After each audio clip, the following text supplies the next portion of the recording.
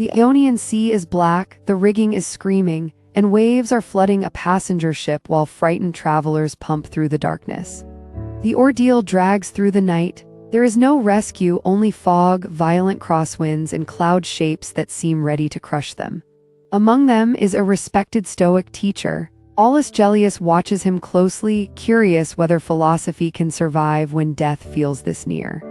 Then he sees it, the philosopher has gone pale. His expression tightens. The man who teaches courage looks unmistakably afraid. But the Stoic never promised stone skin. Terrifying sounds and sudden danger can strike the body before reason has time to answer. Gellius says these movements briefly seize even a wise person before deliberate judgment intervenes. A face can blanch, knees can weaken, and the heart can race without the mind deciding that terror deserves command. The difference comes next. One mind confirms the appearance, this is unbearable, this is evil, I am lost, and lets fear write the verdict. The trained mind feels the same first blow, yet refuses to certify the alarm. It keeps attending to what the moment actually requires. Gellius preserves the story to protect a crucial truth. A brief tremor proves that you are human, not that your principles have failed. So where exactly does fear become ours? To answer, we must enter the small interval between what appears and what we approve. The Stoics called the first arrival an impression, the mind's presentation of something seen, heard, remembered, expected, or suddenly imagined. An impression is not yet knowledge. It is closer to a case presented to the mind, carrying a claim that may be accurate or deceptive. The proposal arrives with persuasive force, but force alone cannot turn appearance into fact. What makes a mature person rational in this theory is the faculty of assent, the ability to examine what an impression proposes. The appearance reaches the ruling faculty. It asks a second question, is this true, and what value does it really have? The answer need not be yes. A person can reject the claim or withhold judgment when the evidence remains uncertain. That suspension is not weakness. It is intellectual restraint, the refusal to turn uncertainty into certainty merely because an impression feels urgent. When the case concerns action, assent does more than form a belief. It creates an impulse, a movement of thought toward doing something. If nothing blocks it, impulse becomes behavior. The gap is therefore not a hiding place from life, it is where action receives direction. This is why Stoic responsibility begins after arrival. You did not choose the thought's knock, but you answer for opening the door. Yet the power to judge does not guarantee a good judgment. The most dangerous impressions are often those that feel unquestionably right. Epictetus begins from an uncomfortable mercy. Nobody embraces falsehood because it is false. We accept it because in that moment it looks true. That does not excuse harm. It identifies the lever. If conduct follows what seems advantageous, correction must reach the judgment beneath the act. Epictetus chooses Medea as the brutal test. She believes revenge against her husband serves her better than preserving what she loves. In Epictetus's diagnosis, the horror follows a judgment. She has endorsed a ruined measure of profit, then acted from it. Epictetus therefore recommends neither hatred nor sentimental pardon. Show the deception clearly. If help is possible, restore the person's sight. Compassion and accountability meet here because both depend on seeing the mistake without falsifying the damage. Understanding why someone erred can make our response wiser. It does not return what was broken, erase consequences, or cancel the need for justice. Then Epictetus widens the lens. Paris, Helen, Menelaus, Achilles, epic tradition becomes a chain of appearances accepted, defended, and armed. Cities burn after minds first declare an insult intolerable, a possession essential, or vengeance profitable. Catastrophe begins long before the first spear moves. For weights, people use a balance. For timber, a straight edge. Yet for good, evil, profit, and shame, we often trust whatever strikes first. A pause, then, is only useful if something better enters it. Evidence, proportion, another person's claim, and a standard larger than appetite. This is where a common caricature collapses. The Stoics did not use passion to mean every feeling that passes through a living body. A passion, technically, is an impulse grown excessive and disobedient to right reason, one that carries action beyond proportion. Full passion contains evaluation. This event threatens my good or promises it. Then comes a second claim. This response is appropriate now. Fear says danger is evil and flight is fitting. Anger says injury is intolerable and punishment is owed. Both are judgments preparing motion. Before those judgments, there may be a pre-emotion, the flinch, blush, chill, or tightening that arrives without permission and carries no shame. Even the Stoic sage can tremble there. Wisdom is not measured by the first shiver, but by whether false value is added afterward. Nor is the ideal life empty of warmth. The Stoics allow rational joy, generous wishing, and watchful caution directed toward genuine good. Apatheia is freedom from being ruled by distorted passion, not freedom from love, gratitude, delight, concern, or the body itself. Seneca maps anger across three movements: involuntary shock, a willing thought that revenge may be right, then vengeance pursued beyond reason. His sequence matters because prevention remains possible while the second movement still awaits approval. The first movement happens to us, the second recruits us. By the third, anger no longer asks what is right, it demands to be obeyed.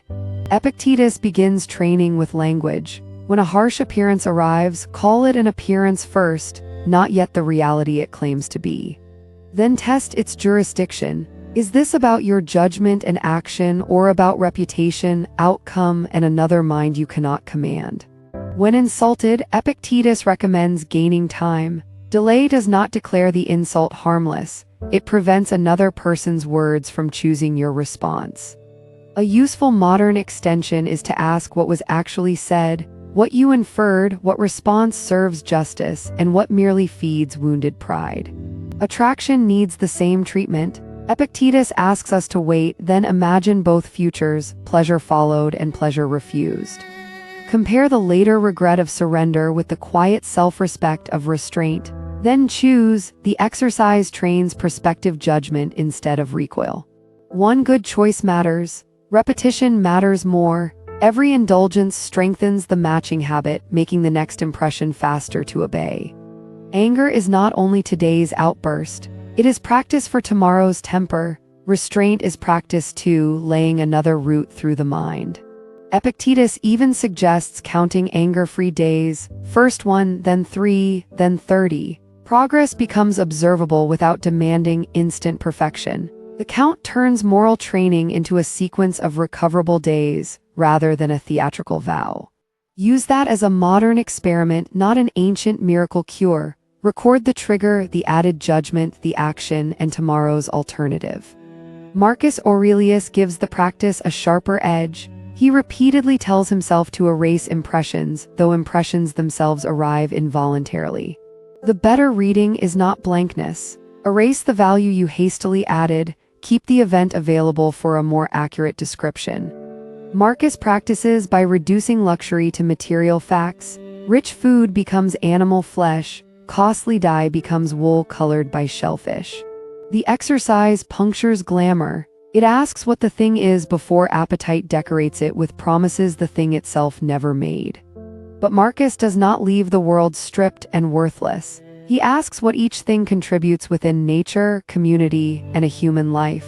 After analysis, he restores relation and purpose so clear seeing does not become contempt. Clear sight is not cynicism. Extended today, bread is flour and water, but also nourishment shared. Office is ceremony, but also responsibility to neighbors. His cleanest rule is almost journalistic. Someone spoke badly of me, that is the report. I was harmed is an added conclusion. A child is sick, that is visible. The child is doomed is prediction. Accurate concern stays present, panic invents a future. This clarity still acts. If a cucumber is bitter, discard it. If briars block the road, walk around them, do not manufacture grievance.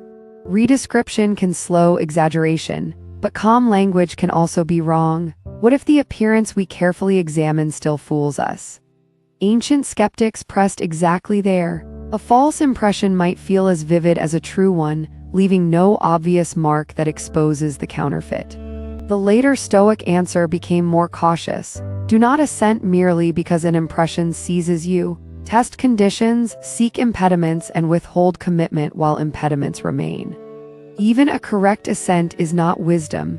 The Stoics distinguish opinion, a particular grasp, and knowledge stable enough to belong within a coherent whole.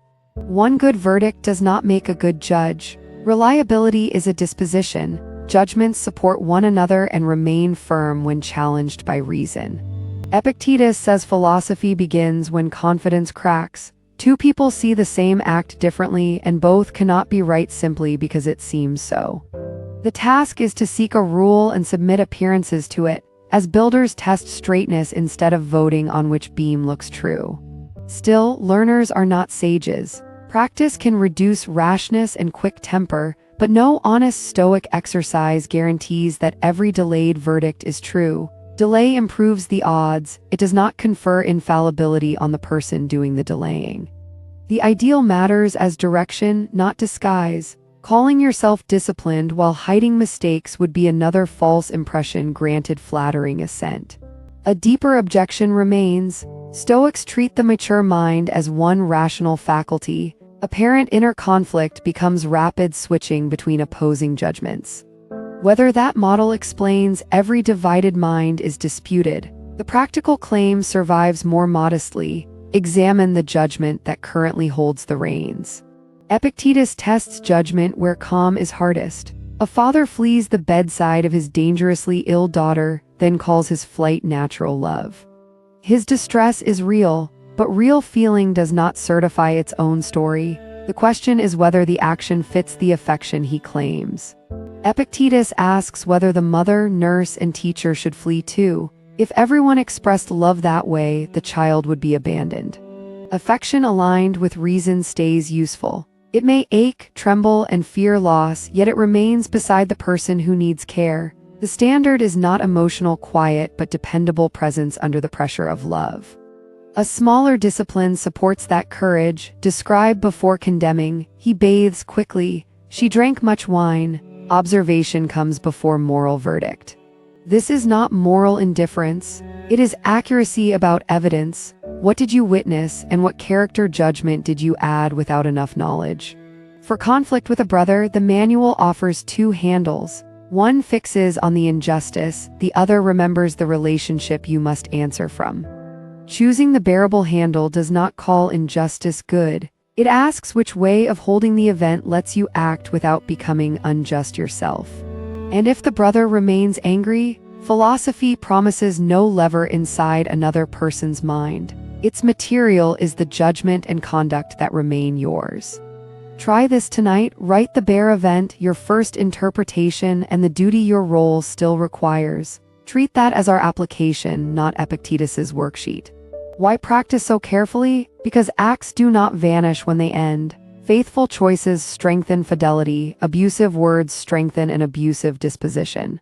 Character is not waiting behind behavior like a hidden statue. In Epictetus's account, it is preserved or deformed through the responses we rehearse. That is why explaining Stoicism proves little. A student may speak beautifully, then collapse when interrupted, mocked, delayed, or denied applause. Epictetus compares learning to food. What sits in storage can be displayed, but only what is digested becomes strength, breath, and action. Assent is therefore one discipline among three. Educate desire, act well within relationships, and protect judgment from deception and haste. Together they prevent the pause from becoming detached cleverness, private comfort, or moral escape. A perfect pause joined to selfish aims would not be Stoic virtue. Judgment must become truthful action appropriate to family, neighbor, and city.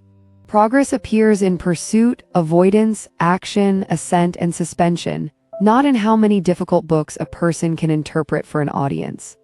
The serious question is not, what philosophy can I repeat? It is, what did today's pressure make visible in the way I judged? The learner grows slower to blame, accuse, boast, or defend every wound. Attention turns inward, watching for the next flattering or furious assent. Its measure is steadier conduct, not a performance of calm for other people. The first impression reveals that you are human. The second judgment, practiced across a life, reveals the person you are choosing to become.